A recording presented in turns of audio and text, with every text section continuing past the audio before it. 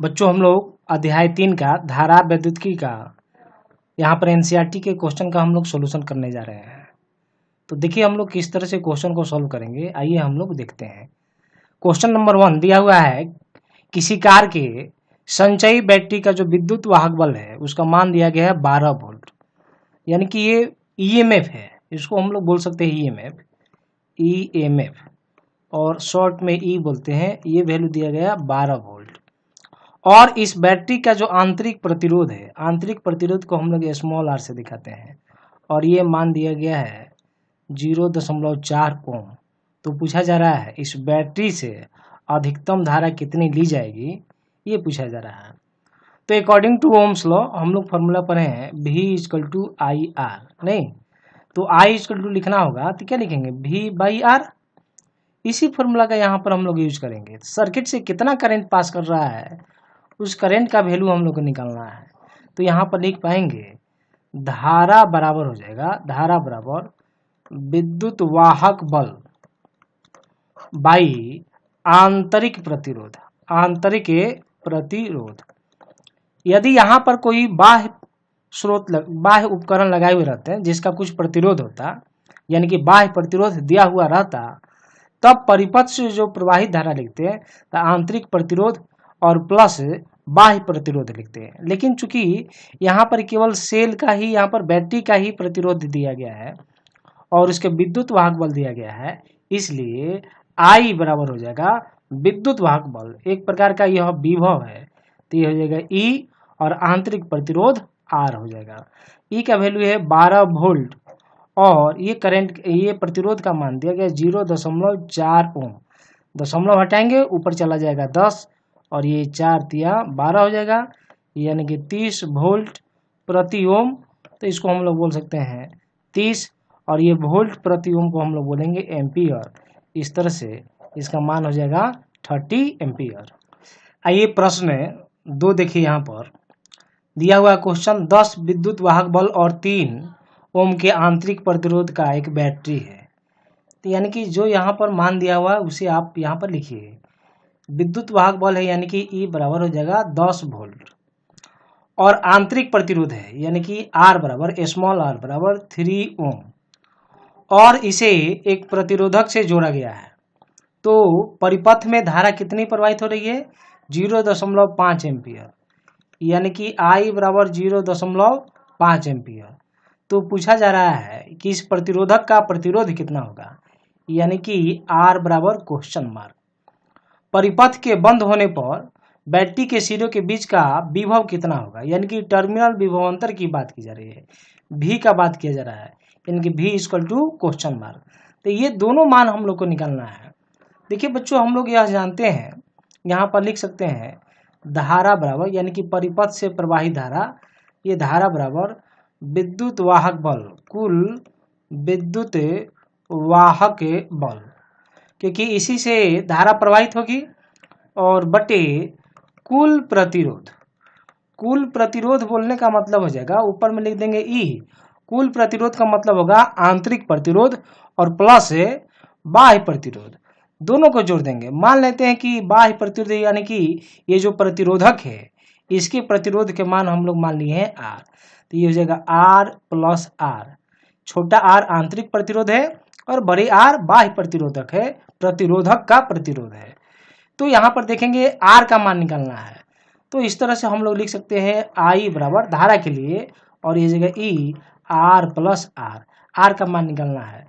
तो R बराबर लिखेंगे R प्लस R बराबर लिखेंगे, ये पूरा को इधर ला देंगे, I इधर चला जाएगा तो नीचे चला जाएगा, तो कैपिटल R बराबर हो जाएगा E/I माइनस R।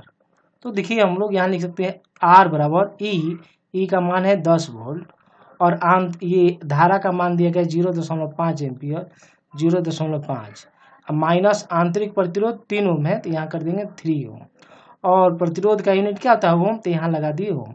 ये दशमलव ऊपर चला जाएगा तो ये हो जाएगा 10 और ये 5 दूना 10, यहाँ से 10 गुने 2 तो ये हो जाएगा 20 माइनस 3 ये ओम हो जाएगा, यानी कि प्रतिरोध का मान कितना ओम आ जाएगा 17 ओम आ जाएगा। अब हम लोग जो है ये इसका V का मान निकालना है, तो V बराबर ओम के नियम से, ओम के नियम से, तो ओम के नियम से V बराबर आई आर ना, तो V बराबर आई का मान 0.5 है और बाह्य प्रतिरोध का मान 17 है, 17 ओम आया है और ये क्या हो जाएगा, वोल्ट हो जाएगा। तो ये गुना करेंगे हम लोग तो 17×5 = 85 यानी कि 8.5 वोल्ट हो जाएगा। यानी कि बैटरी के सिरों के बीच का जो विभव हो जाएगा ये 8.5 वोल्ट। प्यारे बच्चों देखिए क्वेश्चन नंबर 3 का पहला पार्ट दिया हुआ है यहाँ पर 1 ओम 2 ओम और 3 ओम के 3 प्रतिरोधक को श्रेणी क्रम में जोड़ा गया है, तो इस संयोजन का कुल प्रतिरोध क्या होगा। तो हम लोग 3 प्रतिरोध ले लेते हैं, मान लेते हैं ये पहला प्रतिरोध है, ये दूसरा प्रतिरोध है और ये तीसरा प्रतिरोध है, ये R1 R2 और ये R3 और तीनों को श्रेणी क्रम में जुड़े हुए हैं। आप कैसे समझिएगा कि यह श्रेणी क्रम में जोड़ा गया है, ये तो क्वेश्चन मान लीजिए लिखा हुआ है, तो ये श्रेणी क्रम में ही है। क्यों बोल रहा है श्रेणी क्रम में, समानांतर क्रम में क्यों नहीं है, आप इन सभी बातों को भी समझने का प्रयास कीजिए। और यहाँ पर जो है इन प्रतिरोधों के सिराओं के बीच कोई स्रोत लगा दिया गया है, ये स्रोत लगा दिए और ये टर्मिनल, ये जो पॉइंट है इसको मान लेते हैं ए और इसको मान लेते हैं बी, और ये कोई स्रोत है जिसका विद्युत वाहक बल दिया हुआ होगा जो दूसरे क्वेश्चन में यहाँ पर दिया हुआ है। अब देखिए यहाँ पर ये जो स्रोत हम लोग का है, तो यहाँ से ये प्लस है और ये माइनस है, तो करंट इधर फ्लो करेगा और इधर जाएगा, इधर जाएगा, इधर जाएगा, इधर जाएगा और फिर ये आएगा। जितना करंट जाएगा उतना ही करंट आएगा। यदि प्रतिरोधक से सेम धारा प्रवाहित होती है तो वह प्रतिरोध जो है श्रेणी क्रम में होता है। यहाँ पर हम लोग लिख सकते हैं कमेंट में, यदि सभी प्रतिरोध से समान धारा प्रवाहित होती है तो वह श्रेणी क्रम में होता है, श्रेणी क्रम में होता है। ऐसे तो क्वेश्चन में लिख दिया हुआ था, लेकिन आप समझिए कि श्रेणी क्रम जब R1 से R2 से R3 से सबसे समान धारा जाएगा, सबसे आई धारा ही जा रहा है तो समान धारा जाएगा, तो ये श्रेणी क्रम में होगा। और जब श्रेणी क्रम में रहता है तो हम लोग फॉर्मूला पढ़े हुए हैं, फॉर्मूला हम लोग पढ़े हैं R बराबर R1 plus R2 plus R3, ये तीनों को हम लोग जोड़ देंगे ना, साधारण जोड़ की तरह जोड़ देते हैं, यही संयोजन का कुल प्रतिरोध हो जाएगा। R का मतलब हो गया संयोजन का कुल प्रतिरोध, या इसे तुल्य प्रतिरोध भी कहते हैं। तो R1 का मान देख रहे हैं 1 ओम, 1 ओम प्लस 2 ओम प्लस 3 ओम, ये सब को ऐड कीजिएगा तो कितना हो जाएगा 6 ओम हो जाएगा। यहाँ R क्या है, R को बोल सकते हैं कुल प्रतिरोध ना, या इसी को हम लोग बोलते हैं तुल्य प्रतिरोध, तुल्य प्रतिरोध। अब तुल्य प्रतिरोध का मान हम लोग को मिल गया, तो हम लोग जो देखिए यहाँ पर ये पहला वाला क्वेश्चन सॉल्व कर लिए। दूसरे वाले में देखिए संयोजन में 12 वोल्ट का बैटरी लगाए हैं, यानी कि ये ई का वैल्यू हो जाएगा 12 वोल्ट, तो पूछा जा रहा है और इस सेल का जो आंतरिक प्रतिरोध है नगण्य है, नहीं के बराबर है, तो पूछा जा रहा है कि प्रत्येक प्रतिरोध के सिरों के बीच का विभवांतर, यानी कि R1 के सिरों के बीच का विभवांतर मान लीजिए V1, R2 के सिरों के बीच का विभवांतर मान लीजिए V2 और इसके सिरों के बीच का विभवांतर मान लीजिए V3। सबसे पहले आप इसको निकालना होगा कि I का मान क्या होगा, तो I का मान निकालेंगे तो I बराबर E/R, E का मतलब हो गया विद्युत वाहक बल, R का मतलब हो गया कुल प्रतिरोध या तुल्य प्रतिरोध। तो ये ई का मान यहाँ दिया हुआ 12 वोल्ट, तो यहाँ लिख देंगे 12 वोल्ट।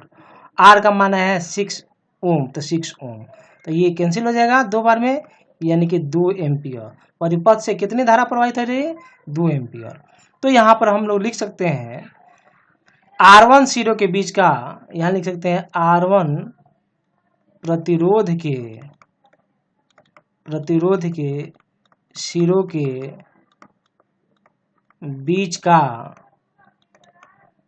विभवांतर ना, तो लिख पाएंगे V1 बराबर, क्या लिखेंगे V1 बराबर IR1, नहीं सबसे तो समान धारा जाएगा, प्रतिरोध अलग अलग है, आई का मान है 2 और R1 का मान देख रहे हैं कितना दिया हुआ है, R1 का मान यहाँ पर हम लोग का है 1 ओम, तो लिखेंगे 2 इंटू 1 तो कितना वोल्ट हो जाएगा 2 वोल्ट।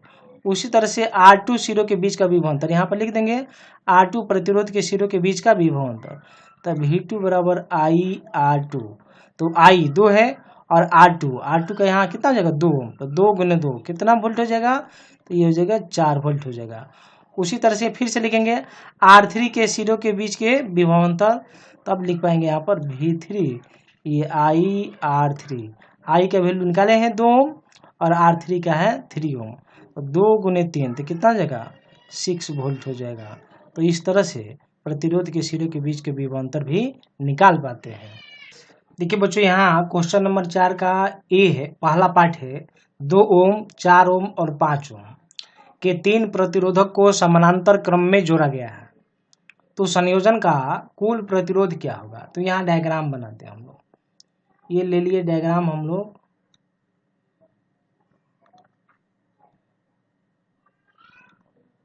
और एक यह हो गया, यह दूसरा हो गया और यह तीसरा हो गया, इसको मिला देंगे, इसको मिला देंगे और ये हो गया, ये R1 R2 और यह हो जाएगा R3, और यहाँ स्रोत भी लगा देते हैं, ये स्रोत लगा दिए, मान लीजिए ये धारा I हो जाएगा, इस पॉइंट को आप ये मान लीजिए और B, और यहाँ से धारा जो जाएगा आप इसको मान लीजिए I1, यहाँ से जो धारा जाएगा मान लीजिए I2 और जो यहाँ से जाएगा ये मान लेंगे I3।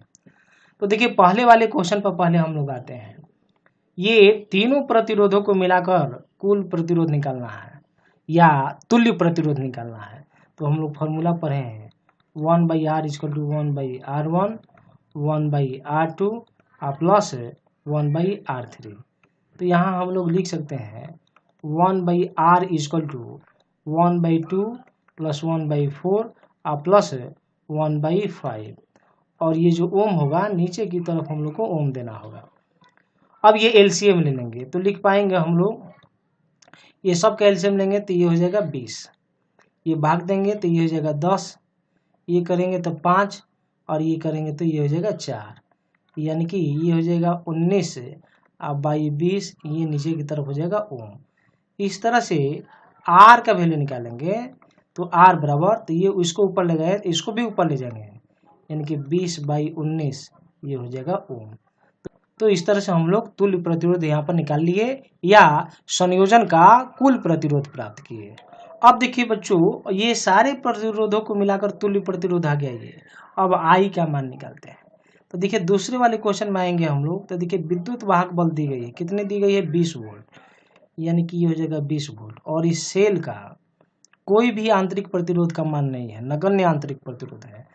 ओम के नियम से V बराबर IR, तो I बराबर V/R।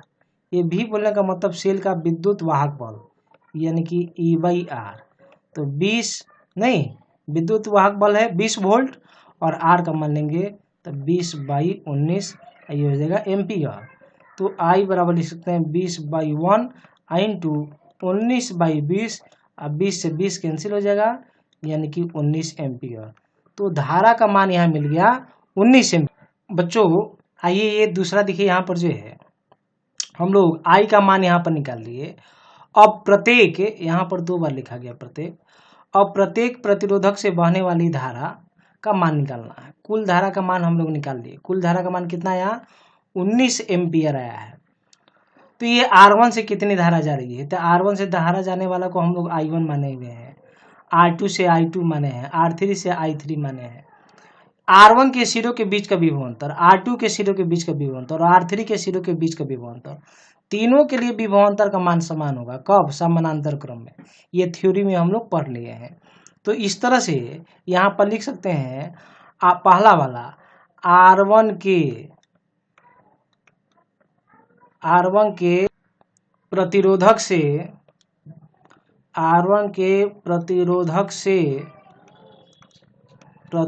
से प्रवाहित धारा, तो हम लोग लिख पाएंगे V बराबर I1 और ये हो जाएगा R1। I1 का मान निकालना है तो ये हो जाएगा I1 बराबर V अपॉन R1। तो I1 लिख पाएंगे I1, तो V का मान कितना वोल्ट है, V का मान 20 वोल्ट, ये दे दिए 20 वोल्ट। और R1, तो R1 का मान कितना ओम है, तो 2 ओम है, तो यहाँ दे दिए 2 ओम। ये करेंगे 10, यानी कि ये हो गया 10 एम्पियर।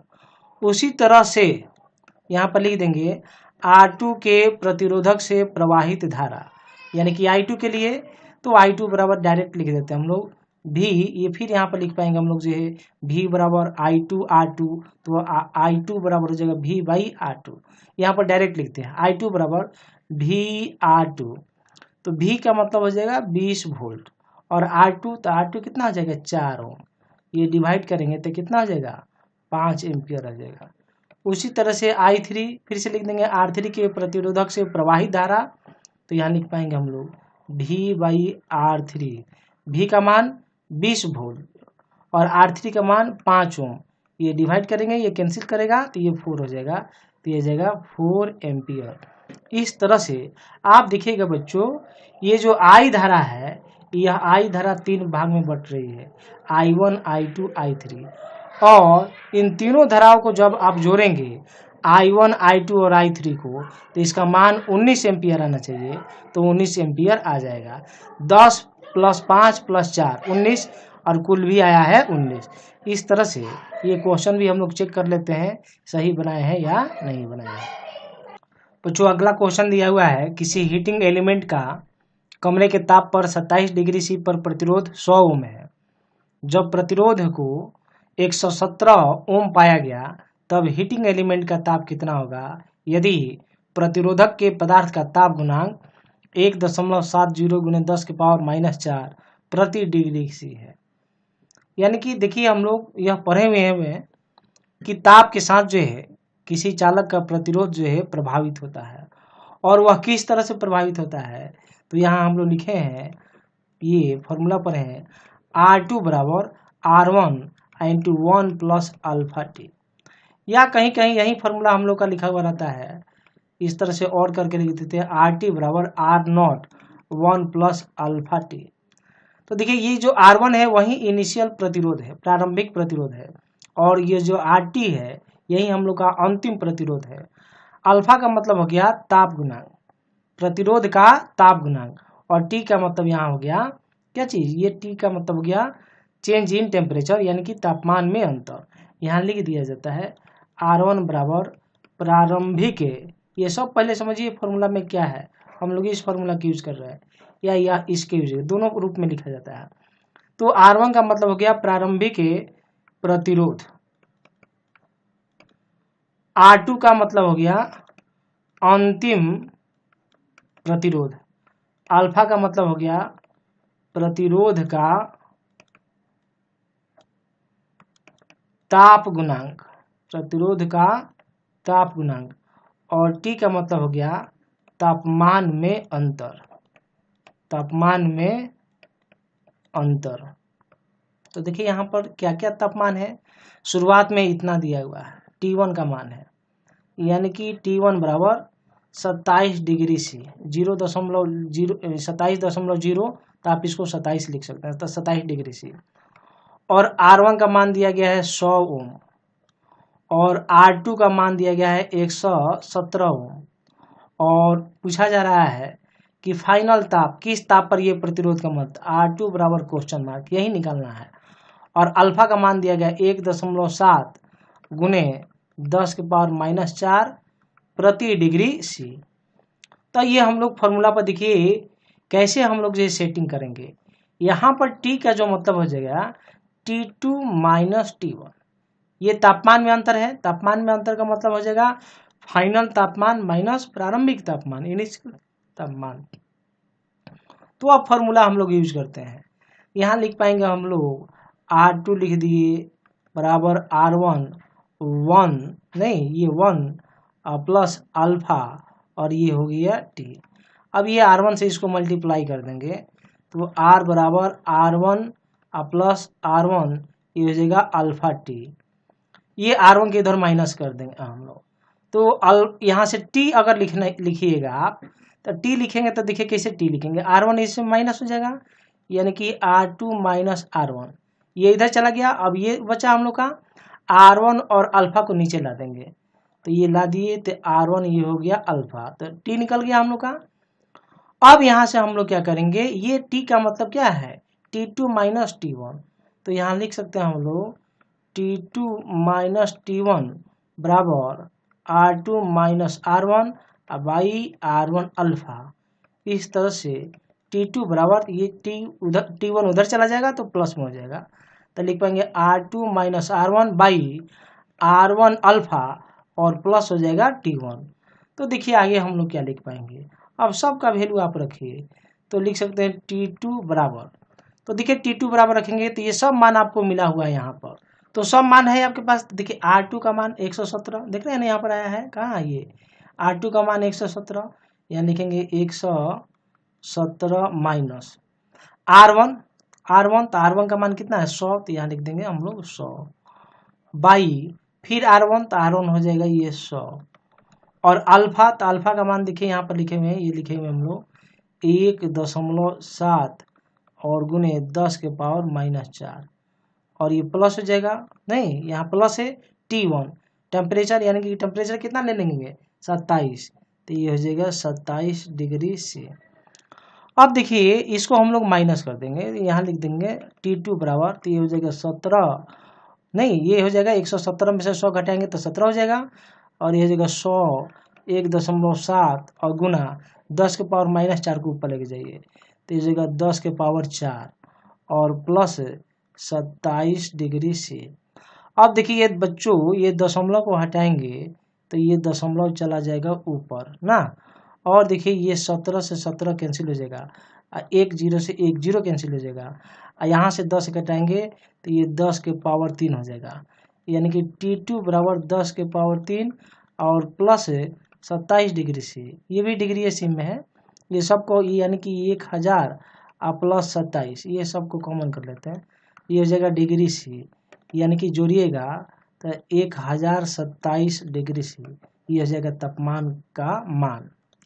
देखिए बच्चों अगला क्वेश्चन दिया गया है 15 सेंटीमीटर लंबे और 6 गुने 10 के पावर माइनस 7 मीटर स्क्वायर एक समान परिच्छेद के तार से उपेक्षणीय सूक्ष्म धारा प्रवाहित होती है, यानी कि बहुत ही कम धारा प्रवाहित होती है और इसका प्रतिरोध 5 ओम मापा जाता है।